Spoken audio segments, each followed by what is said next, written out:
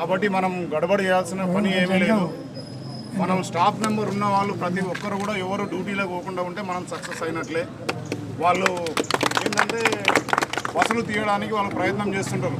డిఎంలు కానీ ఆర్ఎంలు కానీ వాళ్ళ పైన ప్రెజర్ నుండి ప్రయత్నం చేస్తుంటారు. 1-2 బస్సులు పోతే పెద్ద సమస్య ఏమి ఉండదు. ఎందుకంటే గతంలో మనం 55 రోజుల్లో సమ్మె చేసినప్పుడు చూసినాం ఎన్ని బస్సులు నడిపినా ఏం జరిగింది. అప్పుడు కూడా మనం ఏం ఓడిపోలేదు. అది ఒక చరిత్రలో చరిత్రాత్మకమైన సమ్మెగానే ఉంది. అందరికీ తెలుసు, నాయకులకు తెలుసు, అందరికీ తెలుసు. దాని ఫలాలు మనం పొందకపోవచ్చు, కానీ సమ్మె మాత్రం అది సక్సెస్. ఎందుకంటే అప్పుడున్న గవర్నమెంట్ ఏదైతే ఉందో మళ్ళీ ఉద్యోగాలు తీసేసిరా ఏం పోలేదు కదా. కాబట్టి దానికి ఏం భయపడాల్సిన అవసరం లేదు. ఎందుకంటే మనం రిక్రూట్మెంట్ వేరే జాగాల నుంచి అయినా వాళ్ళు తీసేయడానికి వీల్లేదు. కాబట్టి ఎవరు భయపడకుండా అందరూ సమ్మెలో పాల్గొని సమ్మె మనం విజయవంతం చేసుకోవాలి. లాస్ట్ ఇక దీనికి ఇట్లా మనం ఏదన్నా మనం అవకతవకలు జరిగినాయనుకో మళ్ళీ తర్వాత ఇక మనం ఇక్కడ ఇప్పుడే ఆల్రెడీ బానిస బతుకులు బతుకుతున్నాం. ఇక అంతకంటే ఎక్కువ అవుతుంది. మనం రాత్రి చర్చలకు వెళ్ళినాం. ఈ రాత్రి చర్చల విషయం అందరికీ ఆల్రెడీ వాట్సాప్ ద్వారా వస్తే అక్కడ ఏంటంటే ఒక 4గురితో కమిటీ వేయడం జరిగింది గవర్నమెంట్. ఆ కమిటీలో ఉన్న మన జేఏసీ నాయకులను కాక మిగతా నాయకులు అందరినీ పిలిచిర్రు. అందరూ మాట్లాడిర్రు, అందరూ చెప్పిర్రు ఏమేమి కావాలో విన్న తర్వాత వాళ్ళు ఒక నెల ఫస్ట్ సంవత్సరం వాయిదా వేసుకొని అన్నారు. కాదన్నారు, నెల అన్నారు, కుదరదన్నారు. కాబట్టి మేము మా సమస్యలు చెప్పినాము. మీరు కమిటీగా మీరు ఏం చేయగలరు దీంట్లో అని అడిగితే వాళ్ళు మేము ఏమీ చేయలేము, మీరు సమ్మె వాయిదా వేసుకోమని మాత్రమే చెప్పగలం. అంటే దానికి మనోళ్ళు లేచి వచ్చేసారు. మనోళ్ళు ఉన్నాగానే వాళ్ళే లేచిపోయారు, మనమే వెనకాల లేచి వచ్చినాం. కాబట్టి మీరందరూ ఆ నుంచి ఏం ఇబ్బంది లేదు. దాని నుంచి గవర్నమెంట్ తప్పనిసరిగా పిలుస్తుంది. ఇంకా గవర్నమెంట్ మీద మనకు నమ్మకం ఉంది, పిలుస్తుంది.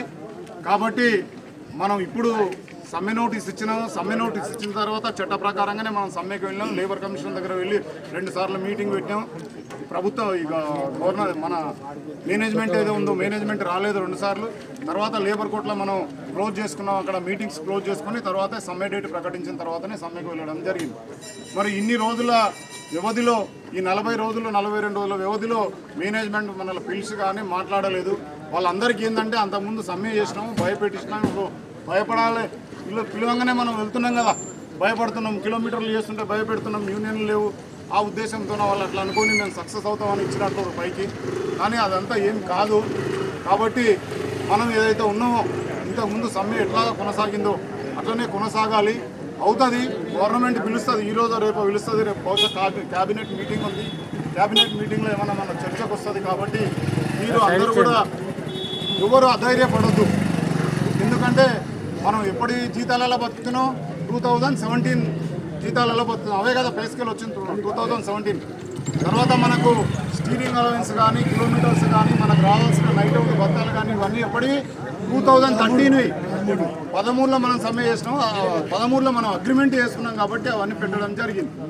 2017లో మనం అగ్రిమెంట్ చేసుకోలే. అప్పుడున్న గవర్నమెంట్ ఏదైతే 16% ప్రకటించింది, వీళ్ళు వచ్చిన తర్వాత 5% వీళ్ళు ప్రకటించి 6% తీసుకొని పోయారు. కాబట్టి మనం ఏం చెప్తున్నాం అంటే దాంట్లో మనం లేం కాబట్టి మనకు అన్యాయం జరిగింది. కాబట్టి మనం నిన్న అడిగిన దాంట్లో కూడా ఖచ్చితంగా ఆర్టీసీని ప్రభుత్వంలో విలీనం చేయాలి, యూనియన్స్ని ఇవ్వాలి, 2 పే స్కేల్ ఇవ్వాలని డిమాండ్ చేయడం జరిగింది. వీటిపైన యూనియన్స్ ఇస్తే ఏంటంటే ఇక్కడ లోకల్ సమస్యలు ఒక్కొక్కటిగా మీకు తీరుతాయి, మీ అందరికీ తెలుసు. కాబట్టి అది కూడా అడుగుతున్నాం. కాబట్టి మీరు ఇక్కడ కూడా ఇబ్బంది పడకుండా ఎవరిని ఇబ్బంది పెట్టమాకండి. అక్కడ వాళ్ళు చేసుకుంటారేమో, వాళ్ళ పని చేసుకుంటారేమో, ఇబ్బంది పెట్టకుండా మీరు ఇబ్బంది పడకుండా పోలీసు వాళ్ళు కూడా సహకరిస్తారు. వాళ్ళను ఇబ్బంది పెట్టకుండా మనం సాఫీగా సమ్మె చేసుకొని వెళ్లాల్సిన అవసరం ఉంది. సమ్మెలో సక్సెస్ కావాల్సిన అవసరం ఉంది కూడా. తప్పనిసరిగా పిలుస్తారు. ఇప్పుడు మనం కొందరు నాయకులు వెళ్ళిండ్రు, బీసీ అసోసియేషన్ వాళ్ళ కృష్ణయ్య గారి దగ్గర వెళ్ళిండ్రు. వాళ్ళకు కూడా సమస్యలు వివరించడానికి వెళ్ళిండ్రు. ఇంకా కొందరు నాయకులు పొద్దున 5:30 నుంచి డిపోలు తిరుగుతున్నాం. హయత్ నగర్లో అయితే మీకు ఒకటి చెప్పాలా, ప్రైవేటు ఏదైతే ఎలక్ట్రిక్ బస్సులు ఉన్నదో ఆ డ్రైవర్లు కూడా డ్యూటీ పోవట్లే, బంద్ చేసుకురు. వాళ్ళు ఒక్క బండి కూడా వెళ్ళలే వాళ్ళు. అంటే నిన్న మొన్న వచ్చిన వాళ్ళకి పని ఒత్తిడి ఎంత ఉందో వాళ్ళకి అర్థమై వాళ్ళంతకు వాళ్ళే పోవట్లా. అంటే మనం కొన్ని సంవత్సరాల నుండి చేస్తున్నాం, మన పైన ఎంత పని ఒత్తిడి ఉండాలా. కాబట్టి మనం భరిస్తున్నాం. ఎందుకంటే మనం ఎంప్లాయీస్ కాబట్టి ఆర్టీసీలో మనం డ్యూటీ చేస్తున్నాం కాబట్టి, ఆర్టీసీలో మనం రిక్రూట్మెంట్ అయినాం కాబట్టి, అది గవర్నమెంట్ చూస్తుంది కాబట్టి మనం దాంట్లో ఉన్నాం కాబట్టి దాన్ని ఈ ఆర్టీసీ మనకు కన్నతల్లి లాంటిది, మనకు భోజనం పెడుతుంది కదా. కాబట్టి అట్లాంటి దాన్ని ఈ ఆర్టీసీ ఆస్తులను కాపాడుకోవాలనే మన ఉద్యమం చేస్తున్నాం. కానీ స్ట్రైక్ చేయాలని అది మన ఉద్దేశం కాదు. స్ట్రైక్లో పంపింది మాత్రం ఈ ప్రభుత్వము, తర్వాత మేనేజ్మెంట్. మనం వెళ్ళలే, మనం ముందే నోటీస్ ఇచ్చి మన సమస్యలను పరిష్కరించామని చెప్తున్నాం. ఇంకొక విషయం ఏంటంటే అన్ని యూనియన్స్ ఉన్నాయి, మీరు యూనియన్స్ లేవనడానికి ఎక్కడ లేదు. ఇక్కడ వీళ్ళు నోటి మాటతోన మిమ్మల్ని భయపెడుతున్నారు, కానీ భయపెట్టి చేస్తారు. మీరు భయపడకుండా అందరూ ఒకటిగా మీ సమస్య వచ్చినప్పుడు ఇలా గేట్ ధర్నా చేసుకోవచ్చు. ఏం సమస్యలు లేదు. యూనియన్ లేదే మన గవర్నమెంట్ పిలిచిందా? పిలవలేదు కదా. మనం పార్లమెంట్లో మన యూనియన్ పోవండి. మనం స్వాతంత్రం రాకముందు నుంచి మన చట్టం ఉంది, యూనియన్స్ ఉన్నాయి. వచ్చిన తర్వాత మనం పార్లమెంటులో మనకు చట్టం ఉంది, పార్లమెంటులో చట్టం ఉంది, రాజ్యాంగ ప్రకారంగా చట్టం ఉంది. మొన్న బిల్లు, మహిళా బిల్లు ఒకటి పెట్టారు, చూసినాం కదా మనం. మహిళా బిల్లు తర్వాత ఈ seats, MLA MP seats extension, దాని గురించి 2 కలిపి పెట్టినామని. అది ఓటింగ్ జరిగితే 1/3 మెజార్టీ ఉండాలి ఉన్న ఎంపీలు దాంట్లో. సో 1/3 మెజార్టీ లేక అది విరిగిపోయింది. అంటే మన యూనియన్స్ తీసేయాలంటే పార్లమెంటులో అట్లా బిల్లు కావాలా, బిల్లు 1/3 మెజార్టీతోనే పాస్ కావాలి. అది అయిన తర్వాత కూడా రాష్ట్రపతి ఆమోదం ఇవ్వలేదు. రాష్ట్రపతి ఒకవేళ ఇష్టం లేదు, మీరు ఇట్లా చేస్తున్నారని రాష్ట్రపతి వ్యతిరేకించింది అనుకో, మళ్ళీ మన యూనియన్స్ ఉంటాయి. ఒకవేళ అట్లా జరిగితే చెప్తున్నా మీకు, అట్లా గజెట్ అయ్యి వస్తేనే మన యూనియన్లు ఉండవు. కాబట్టి అప్పటిదాకా మన యూనియన్లు ఉంటాయి, మన హక్కులు మనకు ఉంటాయి, మన హక్కులో పోరాడొచ్చు సామరస్యంగా.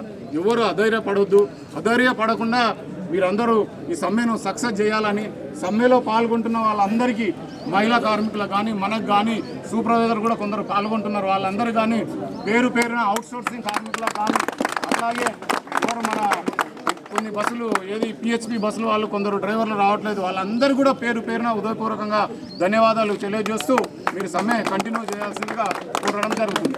ఏమైనా అప్డేట్ ఉంటే మీకు తప్పనిసరిగా ఇస్తాం మేము. ఓకేనా? Thank you. ఎవరైనా మాట్లాడితే మాట్లాడాలి లోకల్.